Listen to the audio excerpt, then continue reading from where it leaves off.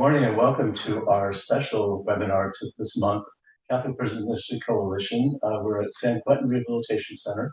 I'm Father George Williams. I'm on the executive board of CPMC. And I'm with Warden Chance Andes, our new warden, and his executive assistant, Sergeant Michael Real.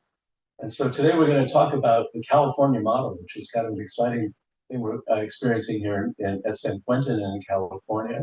It's an initiative of Governor Newsom. And we want to share this with all of you so you can take it home to your respective institutions. So San Quentin is a unique prison.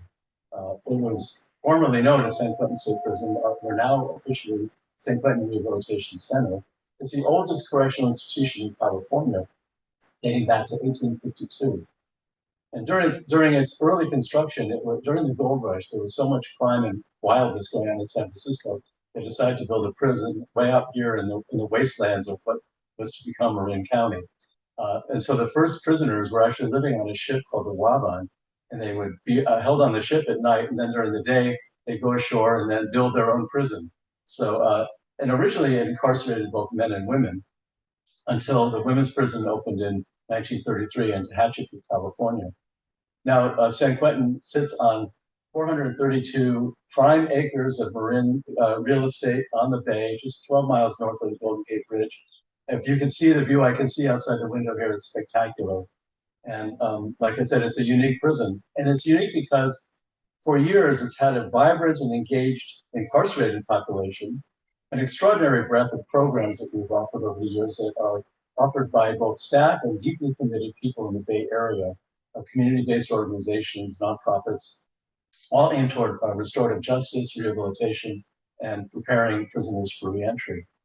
And certainly the staff, very rehabilitation-minded healthcare and custody staff.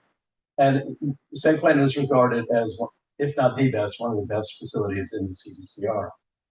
Now, in March of 2023, Governor Gavin Newsom unveiled plans to transform the prison into a model rehabilitation center, modeled after what they're doing in Norway, and Germany, and some of the other countries in Europe, really focused on rehabilitation. So that it's a paradigm shift in many ways. And the idea is to move away from this prison as a place where you go as punishment, and rather to focus on rehabilitation and human dignity of the residents. So in January of this year, the committee that the governor appointed to reimagine San Quentin presented its recommendations for the transformation. And I'll ask Warden Andes to talk about that more. But the three main recommendations were based on the idea of shifting from San Quentin as a prison to a rehabilitation center, and with the primary focus being on reentry. At all the times since when the first time the person arrives here as a resident, his time should be focused on helping him making amends and then successfully reentering society. Also, normalization of the environment as much as possible. The idea is that if the lived experience while incarcerated here is similar to the community, it makes reentry to the community that much easier. We don't want to institutionalize people so that when they leave, they don't know what to do with themselves. And then finally, establishing and creating more of a correctional culture focused on rehabilitation. And that includes all the prison staff, both custody, what we call free staff like myself, healthcare. All of us have the opportunity to be involved in training, and we have a professional obligation as well as a moral obligation to support the incarcerated people here, to help them change their lives and support their rehabilitation for other incarceration, so when they do leave, they're able to go back to their communities and be productive citizens. So the California model is the idea that the governor had launched when he made his initial proposal. And so I'd like to ask Warden Andes, could you describe the model for us, and then tell us a little bit about your own experience, your career that brought you to this place? Yeah, good morning, everyone. I'll start by telling you a little bit of my own transformation. I have 21 years in the California Department of Corrections and Rehabilitation. So when I started, California was going through the 3 strikes law, which meant that after your 3rd felony, you were going to do life in prison. I was about 22 years old, and that's all I knew. So at the time, the mindset was incarceration, placing people in prison would keep the community safe. And while it did some of that, the prisons were violent, and it was a bad environment for both the population and for staff. And there was really no hope. I think the population thought, I'm not getting out, so why should I put any effort into rehabilitation? And I feel that the staff felt the same way, that there was no hope. These guys aren't getting out. Why put into them? So over the years, as we've developed as an organization, we became CDCR. It was used to be California Department of Corrections until about 2004 is when we added the R of rehabilitation. And that's when we started putting efforts into our community of the population and finding out that what you put into them, A, makes the environment within inside these walls better for everyone. It gave a different purpose. And then, as Father had said earlier, with Newsom at the helm, he's provided opportunities, and a lot of these opportunities are some of the population's now getting out and coming back to society. So putting in before they get out does a lot for public safety, which wasn't always recognized. So going into the California model, we started some interaction with Norway. And while Norway is a much different country and their institutions and their population is much different than ours, there are a lot of similarities. Specifically, the way they do their dates is the max charge can be 20 years for a crime, so you don't have these sentences of life without parole. So in Norway's community, when knowing people are going to get out, they want to put the best into them to know that that person's coming out into society and can contribute to that society. So they put a lot of care and effort into their population. And with our law changes and the progressive path that we're following here in California, we picked up on that. So we've started embracing and empowering our community and changing the environment, knowing that most of these individuals have an opportunity to get out. And if they're going to get out, we want to feel good about what we've done for them and giving them an opportunity through education, programs, trades, whatever that is. And then we dug deeper, right? Then we dug deeper into, well, what about staff? How is gray walls and doors slamming healthy for any of us, staff and the population? And then we started realizing staff do 50 to 75% of the time behind the walls with the population. So we actually share this space commonly, and we're around each other all the time, right? So you establish relationships with the population. And if you can get past that part of that old thought of, they're a bad guy, I'm a good guy. It's an individual who made a mistake. And if they're willing to put the work in to get better, then let's give them those efforts, right? So now the obligation's on us to put in the opportunity to make them successful. As far as the California model, we have 4 pillars. We have dynamic security, we have normalization, we have peer mentorship, and we have becoming a trauma-informed organization. And it's almost bigger than that, though. So dynamic security is, if you see us today, I'm in a polo shirt. My AA is in his baseball shirt here, and that's just breaking down barriers, right? We don't need to be this authority figure all the time. We need to show leadership through professional leadership and interaction and communication with the population. So the dynamic security, we have the less lethal options, and we have use of force options if something should happen bad, but that's not what we're looking to use. We're looking to find the root of the problem, fix behaviors, and treat people like people, right? There's a humanity part of it that we have to ensure that happens. So just normalizing the environment, the casual conversation, and basic behaviors, right? And it could be as simple as how we address somebody, right? We're trying to get away from calling someone inmate 5724. What he probably has a name. Maybe it's Bob, or maybe we call him an incarcerated person, or whatever that is that makes them feel more comfortable. Those are things that we are looking at. And again, in our environment, we're trying to do a lot of things together. We currently have a softball game going on right now between our staff and the population. That's where I was at right before this, where they're playing games together, they're interacting together, and hope to continue and grow that. So the dynamic security is taking that level of threat by forming a bond with the individual and caring about the individual, and they're less likely to assault you. It's just it's in the data, it's in the stats. They're when you keep somebody locked up or you're pressing against them, they're more likely to react against you and cause more violence. So not that there isn't violence, there isn't things to address. There is that side of the population, but dynamic security is looking at other ways besides handcuffs and batons and pepper spray. It's gift the gab, communication, caring about one another. And the normalization is just what I said, right? We want to prepare within the institution people to go back to society, right? So instead of me handing you your toilet paper, hey, go to the store and get your own toilet paper, right? Because no one's going to hand it to you in society, right? Go get a job on your own and wake up on your own and get to your job. So that's the normalization part.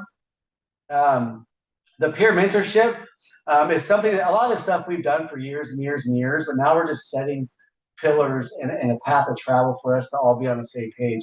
So that peer mentorship is, I see a couple of posts we'll try to address, but the peer mentorship is incarcerated people doing the right thing.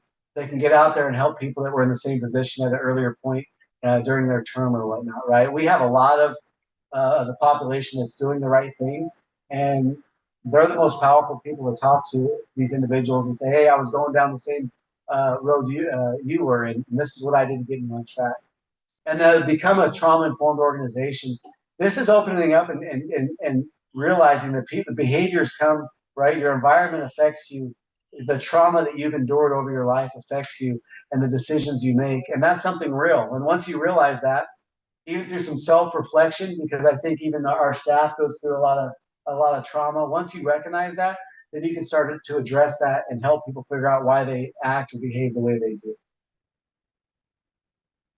Well, thank you. That's really helpful for our viewers to hear this great description of what the California model is. And for me personally, it's music to my ears because I love working here, and it's an exciting time to be here. I've done my doctoral research on prison staff, and this is exactly what we need is finding ways to help people who work in prison as well deal with the traumatizing environment they work in order to create a more humane system for everybody. And what would you say, Warden, and is your perhaps the greatest challenges to us being able to implement the California model? Just past practices, history. Again, like we only know what we know. So from my personal experience, I knew it to be what it was when I started 21 years ago, right? So it's through education and truly getting people to believe. We react to incidents differently, right? So when someone is charged with a violent crime or even a heinous crime, it's hard to get past that part, right, of what they did. But 30 years down the road, an individual can change, right? So our probably biggest challenge is the different level of staff coming in over the years. If you started 30 years ago, it looks much different than what it is now. So our job is to really get the messaging out of how this is the right thing to do. It's safer for staff. It is public safety. Because regardless of there's laws in place, right? Regardless of how you feel. If the individual is going to get out, you have to know that. So your job is to get them to the best position to succeed in society because they're going to get out regardless. And I took that away from Norway. Like I said, Norway, I think one prison I was at had 400 people. And I thought, man, these 400 people are going to get out at some point and go to a community, regardless of what anybody says. So would you rather let those 400 people out and have done nothing with them and left them in their cells, or would you have given them opportunities to get degrees, learn trades, be successful and give them tools to go back in the community, or would you want to lock them up and then just release them to the community? And that's public safety. So our struggle is the messaging, not because people don't want to do it, it's just because it's new. But we're getting there. We've seen the growth. I think we're at a huge turning point. San Quentin is the leading the way for the way we do things here. And we have interaction that I wouldn't have thought we'd see 15 years ago. Mm-hmm. Yeah. I've seen it in the 10 years I've been here. It's remarkable. And we've all, in our lifetimes, we've seen the effects of mass incarceration in this country. But looking into the future, you can imagine 20 years from now, what would you hope to see here in San Quentin? Um, well, I'll start with some of the movies that and shows that we watch, right? Whether it be Lock It Up or people that aren't familiar with our environment, when they watch the shows and we get the interaction of how do you work in that environment? And I come to work today and what you see on TV is not what we work in. So I would start by telling you it's already better. I'm happy for our staff and our mental health. I'm happy for the population. I've witnessed guys get out and be successful in the community. Um, so what I wish in the future is that it just keeps spreading and going the direction that it is. I want prison to be a place of rehabilitation. So when you walk into it, it's not this sad, there's no hope. It's a place of opportunity, a place of hope. There's actually smiling in prison, which we see at our prison all the time. You can walk in the walls and people are happy because they're bettering their lives. So I just want to see that systematically. I want to see that throughout the state, not just here at San Quentin. Um, and I want to see these people that made a mistake get a second chance and succeed. And I want to see our profession, because overall this is our profession. I would like it to be seen as something very beneficial, right? We're public safety, but we're also helping people. So I'd like to myself and our staff be recognized for the good job that they do in reintegrating members that made a mistake back into society. And I can certainly say that what I see on a regular basis is joy, and the accomplishment when the guys graduate from programs. The dog program, for example, last week we had a big graduation program, and they had their dogs out there, and there was just so much enjoyment and happiness and laughter both from staff and outside people and residents as well. And so people have this, like you said, this mental image of San Quentin as a scary, dark prison, but really there's a lot of light here as well. One of the, can you talk a little bit about what's going on next week? Well, sure. We've partnered up with Norway for some years now, and really the naysayers will say, "How is Norway even remotely similar to California?" And it's really not about that. It's about taking good things away from different programs. So Norway will tell you that their prison system was in shambles 30, 40 years ago, and that they actually got a lot from us. Some of the things that we do, and they use some tools from us to get their system fixed. And now we've done the same. We've reached out and said, well, we're seeing some rates here. What are you doing?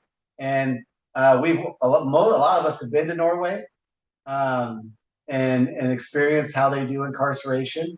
And while there's differences, there's things that we can do here. And a lot of it's the human interaction and the understanding that if you put in to these individuals, it will benefit you in the long run. Also, like restricted housing. So what some people see as, sorry, the term is very popular outside of here, but we don't use it anymore. But solitary confinement, which we now call restricted housing. For years, we did utilize restricted housing, so which means keep an individual in his cell for a long period of time because of their violent behavior. And Norway has some pretty good programs that have shown that if you actually address the behavior and give them the attention that they need to figure out what's going on and get them out of the cell, that you actually get more benefit and you can actually fix a lot of those problematic behaviors. So Norway will be coming next week with the governor's office to do a visit and pick up on some things that we've done here and trade best practices. I saw something about tablets. We utilize tablets here. That's something that Norway is very into for their communication. They actually, our incarcerated population has access to tablets where they can do video visits, messaging, email, phone calls from their tablets. So we have visitors next week that will be sharing some of the things we're doing here and just continuing our ongoing relationship in rehabilitation and changing the way we do incarceration. One of the things our audience might be interested in hearing is in Norway and in their prison system, they actually have a retreat house. And prisoners can go or residents can go to the retreat house and do retreats. And it's based on Ignatian spirituality, which is close to my heart as a Jesuit. So there's all kinds of wonderful kind of cross-fertilization of ideas that in conversation with other, let's say in Norway especially. I'd also like to kind of touch on recently the Pope issued an apostolic letter called um, On Human Dignity. And he said, the rejection of the death penalty shows to what extent it's possible to recognize the inalienable dignity of every human being and to accept that he or she has a place in the universe. If I do not deny the dignity of the worst of criminals, I will not deny it to anyone. Now, I'm not asking any opinions on the death penalty per se, but we are actually right now going through a huge transformation in regard to our death row at San Quentin. Could you speak to what we're doing in terms of the guys on death row? So death row, also known as condemned, was put on pause by Governor Newsom, and we're currently releasing them into general population yards, like level 2, 3, 4 yards, which just means they were on death row, which was similar to a restricted housing unit. They're now going to facilities where they can get a job, participate in rehabilitative services. The important part of that is we have a Prop 66 that talks about paying restitution. So these individuals that were on death row or condemned row couldn't pay restitution because they weren't offered jobs or opportunities. So now, instead of sitting in a cell, they're going to be going to these facilities and getting a job in a cook or whatever opportunities they have and be able to pay some of that restitution back to the victims while still in a high security prison. Yeah, for me, it's kind of bittersweet because I know they're going to a better environment, but at the same time, I'm losing 500 of my parishioners. It's and actually they're in the process now of being transferred over the last for the next couple months. I did see a few. I saw a few chat here, and before we get lost in it, I want to just address a couple of them. So I see one here from Karen about getting out tablets and phone calls. So we kind of talked about tablets and phone calls. They have their own personal tablet. They have the ability to use it. That's for the whole entire population. There's phone calls accessible during most hours of the day. I saw something here on lifers. Do we have lifers? If so, what is the opportunity? So lifers have an opportunity to get out too. So there's huge resentencing laws here. Cases get evaluated at a bare minimum for someone that absolutely doesn't get out. They have an opportunity for a better way of life in here, right? And to be, we've had lifers write books, create programs that have impacted the communities. There's a lot that a lifer can do, but almost everybody has an opportunity to get out, and that wasn't always the case. All right. Do you have human development programs? We almost have every program offered. We have over 160 programs here. Everything from behavioral treatment, gang activity, how to recover as a gang member, puppy programs, life skills. We have a variety, and basically we have over 3,000 volunteers. We open it up to almost any volunteer that has a program that's going to make a difference. And the population also comes up with a lot of their own programs as well. PrePractices, how have PrePractices affected your work? So as you know, PRE is federal law, so we fall under that. We're actually going through a PREA audit.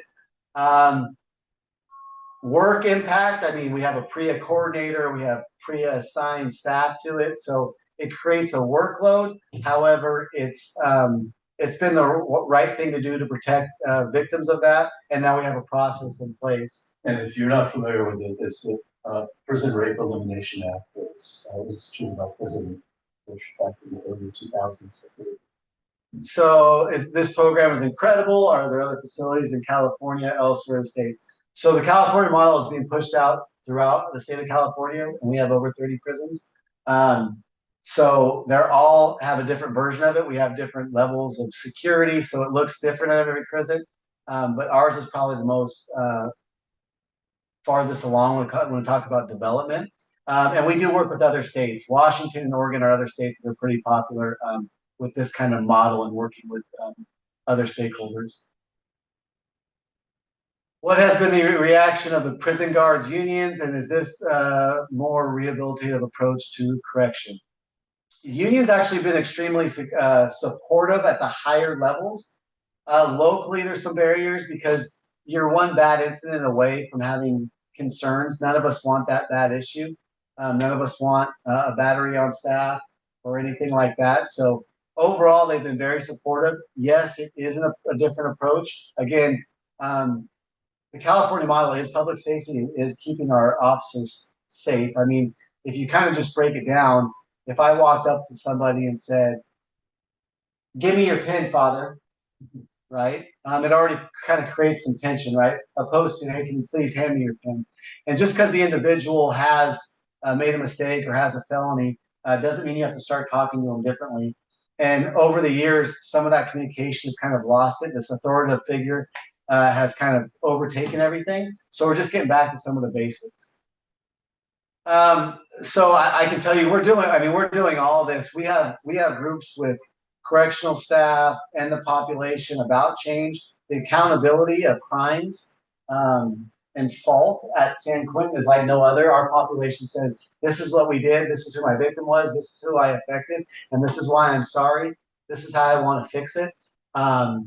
They come up with pre-parole plans.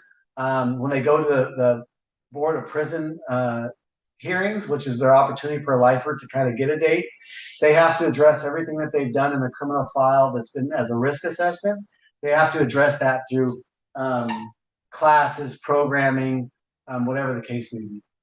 And I would say, like I said, while it seems like we're just completely flipping the script, a lot of it's stuff that we used to do. I mean, I grew up in institutions over 20 years ago, and we talked to individuals different, right? And then violence picked up at one point, and I think this division came, and it was just, "You're a good guy, I'm a good guy, you're a bad guy," and that we kind of got lost in that, right? And then with the law enforcement, being looked at the way it is right now, that created a division, right? Not within the walls, but from the outside. So we're breaking those barriers down and having open conversations of like, how do we want to do incarceration together? Not one side or the other, right?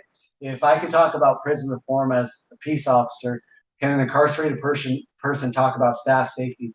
And those are the barriers that we break down to try to establish good communication as a whole. So as far as our condemned, we had over 500. They're all being sent out to the population. What kind of help can we use? We have over 3,000 volunteers. As I said, we get plenty of assistance from our communities and volunteers. I like this. I mean, this is a good one, Paul. How to reassure wardens and administrators that these changes can be made without compromising security. We have that talk, I think, daily. It doesn't take away from security 101. So, I mean, they're still serving a sentence. What we got to remember is our job is public safety, and as correctional peace officers, our job is to ensure they serve their sentence. Nothing more than that, right? And abide by the rules of that sentence. But our job isn't to degrade them, push them around, bully them, right? So we can do that. I can talk to an individual who has to be searched, and I can say, "Hey, I have to search you for going to chapel, but how are you doing today first, right? You doing well? How's your mom? How's your sister? Whatever that is." And do a search in a professional manner and say, "Hey, have a great day," right? So our push is security 101, because one bad incident, officer gets hurt, officer gets stabbed, we're going backwards. So we're doing both. And again, there's dynamic security, right? So it looks different than the handcuffs and the batons. It's communication. It's finding out what the behavioral issues are, providing programs. And the last result is force or things of that nature. I see hope and opportunity. That it's about modeling the way, being transparent. So my message to staff is the same it is to the population. I don't hide no tricks. I don't go behind walls and tell staff it's this way. We're all on the same page. You make sure that staff know that they have the opportunity to be part of this, but this is where we're going. And if you don't want to be part of it, then this probably isn't the job for you. We hit our recruiting efforts very hard to make sure we know what we're recruiting. That if you watched Shawshank Redemption, and you think that's the job you signed up for, that is not the job. It's more of a social worker job. It's more of a people job, of caring about people, and breaking those walls down. So it's about positive messaging, consistent messaging, modeling the way, open-mindedness to new opportunities, and then breaking down barriers. Again, if I can stand with an incarcerated person who's paroled and we can say, "Hey, we believe in each other, and I appreciate what he's doing, and I appreciate what he's doing," then we're doing the right thing. Drugs is still a huge problem, right? we do address it through many ways. That's kind of the security part too. But with drugs, right? There's drug interdiction, then there's getting the drugs, and there's all these different levels. So we have a bunch of drug interdiction methods. We have tactics that we use to get the drugs, and then we have treatments for people that struggle with drug issues. So we still look. I mean, we're still very much a part of it, and drugs are always usually tied to the crime or the behavior. So we're kind of hitting it multiple ways. We have a number of recovery programs here to help them. Homeboy Industries program in LA. I'm not familiar with. I'm familiar with Homeboy Industries, but I do not have a connection with them at this time. Physical time. What's this? I'm gonna do my best to get through some of these. We're going also through a huge change. We're building a college-like campus. Even in our old facility, we're taking down one of our old walls. We're building a learning center that will facilitate between 800 and 1,000 students and participants for program services and activities. And it's more state-of-the-art. And again, that's giving hope to people. The idea was to have it kind of like a college campus almost. Yes, very much so. The residents have responded very well to our interactions this fall. We've had a basketball game. We've had chess matches. And when I left, it was 4-0 staff for the person who asked to score the game.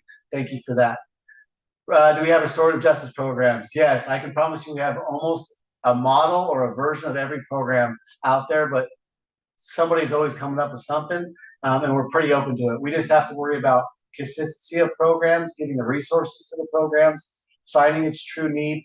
And I'll give you an example of that, like shoe shining and some of those things that we used to use a long time ago. Those are out the window. That doesn't do a benefit for really anybody, right? Because that's not somebody that's going to transition to the streets and get a good job. So we try to have programs and opportunities that are going to transition back into the community or serve a true purpose.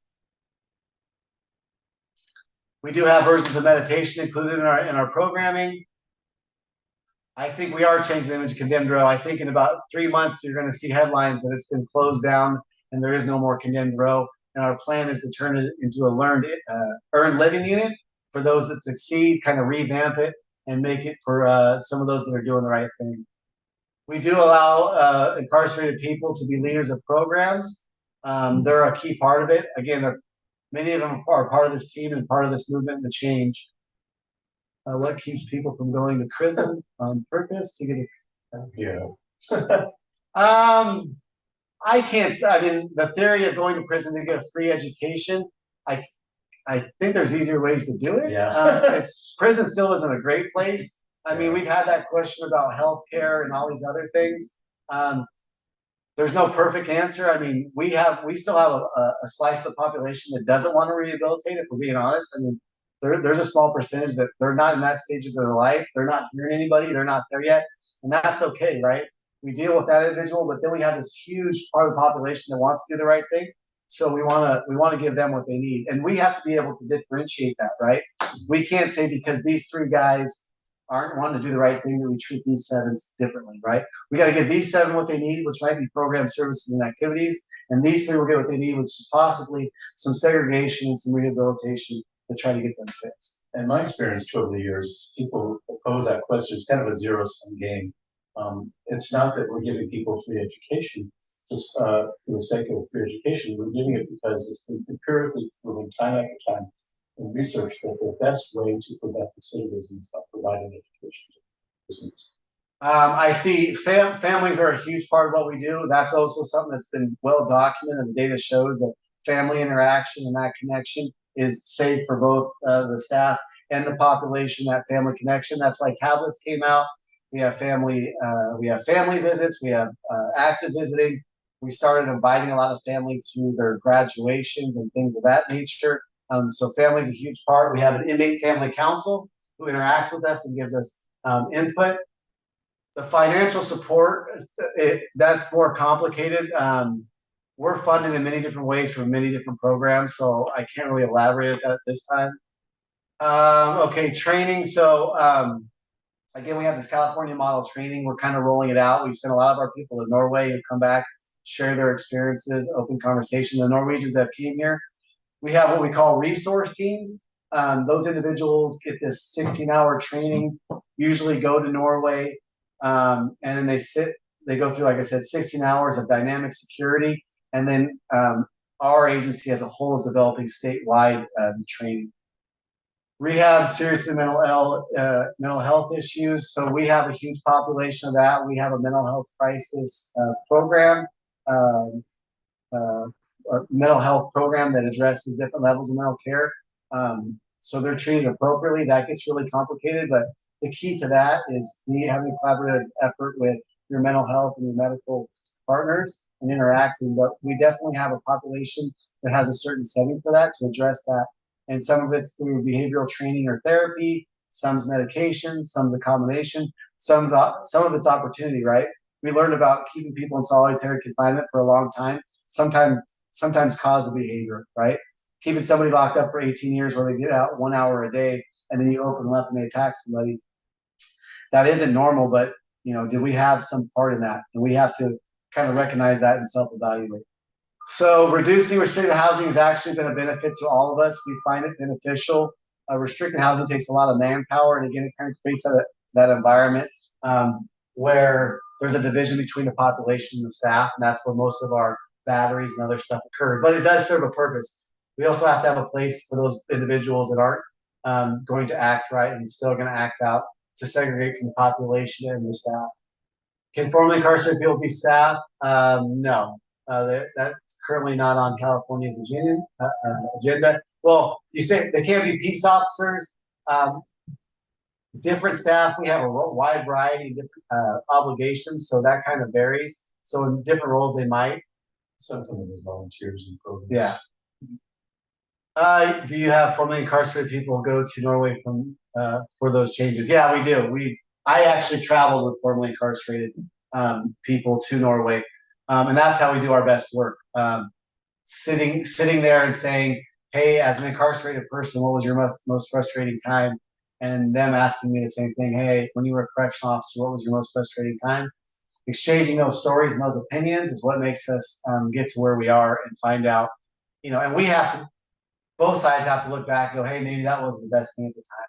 And am I open to change, right? So we got through the questions. I'm going to end it there because I think we did a pretty good job. I really tried to address all the questions. I know I was light on some answers. As a whole, I think I'm happy with where we're going. It's very important to take away from this that whatever you want to call it, some people, the verbiage is crazy now, but I'm going to call it for prison for the purpose of what it is. Prison Rehabilitation Center. There's a purpose for it. There's people out there doing bad things, and there needs to be accountability. Our job isn't the sentencing, but when they get here, we work with them. And if we can get them in a good place to come back to society, and they get that opportunity, we can feel good at the end of the day. As a correctional officer, a peace officer, I would hate for somebody to not put work into somebody and he goes to the street anyways and does something very bad because I didn't put him on. Now, if he makes a mistake again after being let out, I'm not in the part of letting him out. I'm the part of putting into him while he was here. And that's knowing our role in our job. So we still do security. I have nothing but love for peace officers and what they do. It's very important that they're recognized. I want them to get the recognition they deserve. So most of us, I wish all of us signed up to the purpose of public safety and caring for our communities and caring for people. And if we do that, then this should all work out. So thank you, everybody. Thank you, Warden Andes, for your time on an incredibly packed schedule. And we have a few announcements too that I can give you some of our upcoming programs. And thank you to Sergeant Rio for being with us. Before we have the announcements, Kara, would you like to play that video on the California model for us?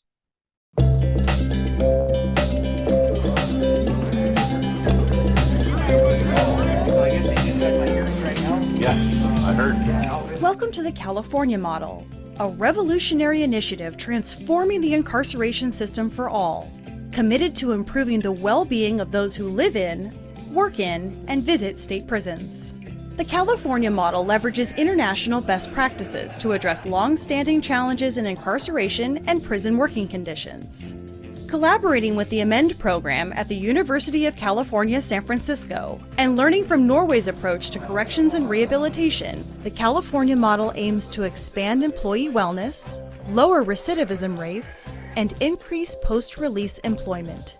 The California model uses evidence-based principles and focuses on 4 main pillars to guide expectations for how staff and incarcerated people interact to create a healthier work environment. The 4 pillars of focus include dynamic security, which promotes positive relationships between staff and incarcerated people through purposeful activities and professional, positive, and respectful communication.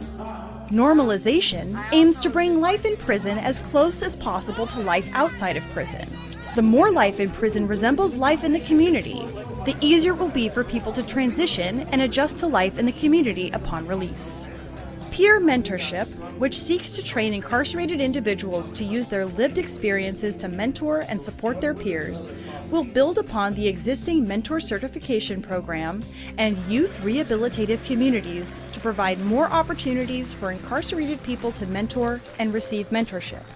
And becoming a trauma-informed organization to improve the practices, policies, and culture of the entire department by educating staff at all levels to recognize the impacts of trauma and ensure the physical and emotional safety of all staff and incarcerated individuals. Yeah, we'll see you. All right. See you later. Thanks, guys. So we're doing it in the PIP program. And PIP is like temporary housing or short-term housing kind of thing. It's to get the guys back into where they can program back out on the yard, right? These are guys that are dealing with high levels of mental health issues, and they were here for a reason. These guys, through their training that they received, have learned tactics and different ways to do these activities with these guys in a safe manner. We have to be able to get the inmates, the residents, to a place where they trust us. And I think that after that trust is given and they receive that trust, then they'll be more at ease in receiving whatever we are trying to give them, and that's to give them a better health, so their wellness will be better, their thought process will be better, the nurses will be happy, we'll have happy nurses coming to work, they won't be so stressed. It's a win-win for everybody. So we know that in general terms that when people experience trauma that goes unresolved, that goes untreated, that goes unacknowledged and really unvalidated, that there can be effects. We know that in generally speaking that this can sometimes lead to the development of different disorders, whether that be post-traumatic stress disorder, whether that be depression, whether that be anxiety. We realize that if left untreated, if left really just worked through, that can have long-term effects for people in general. And so I think that the onus is really on us as a department, and is the direction that we're headed, to start to have those really honest conversations about those things and to do those things that we know our staff are needing to heal, to move forward and to recover and to live happy and healthy lives. From the beginning, we're always taught you're just here for safety and security. I don't think it was ever in the correctional officer's mind like you can play a role in also changing behavior just by the way you interact with these guys. It was just more of you're there to make sure nothing bad happens kind of thing. It's starting to spread. People are starting to wake up to the fact like, hey, there's fewer incidents. This guy hasn't been acting out the way he used to. So it's a momentum that's building. The victims I've spoke with about some of the programs that are going on right now, like in Salinas Valley State Prison, they're really impressed. They really want to hear these stories.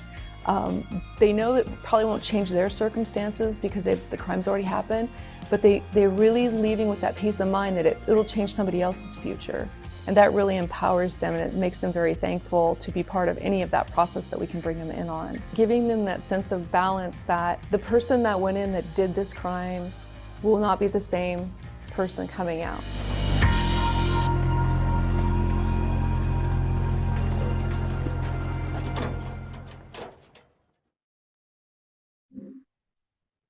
So thank you all for being with us this morning, and we will have a lot more to say about this. We're planning some more programming here at San Quentin that we will let you know about.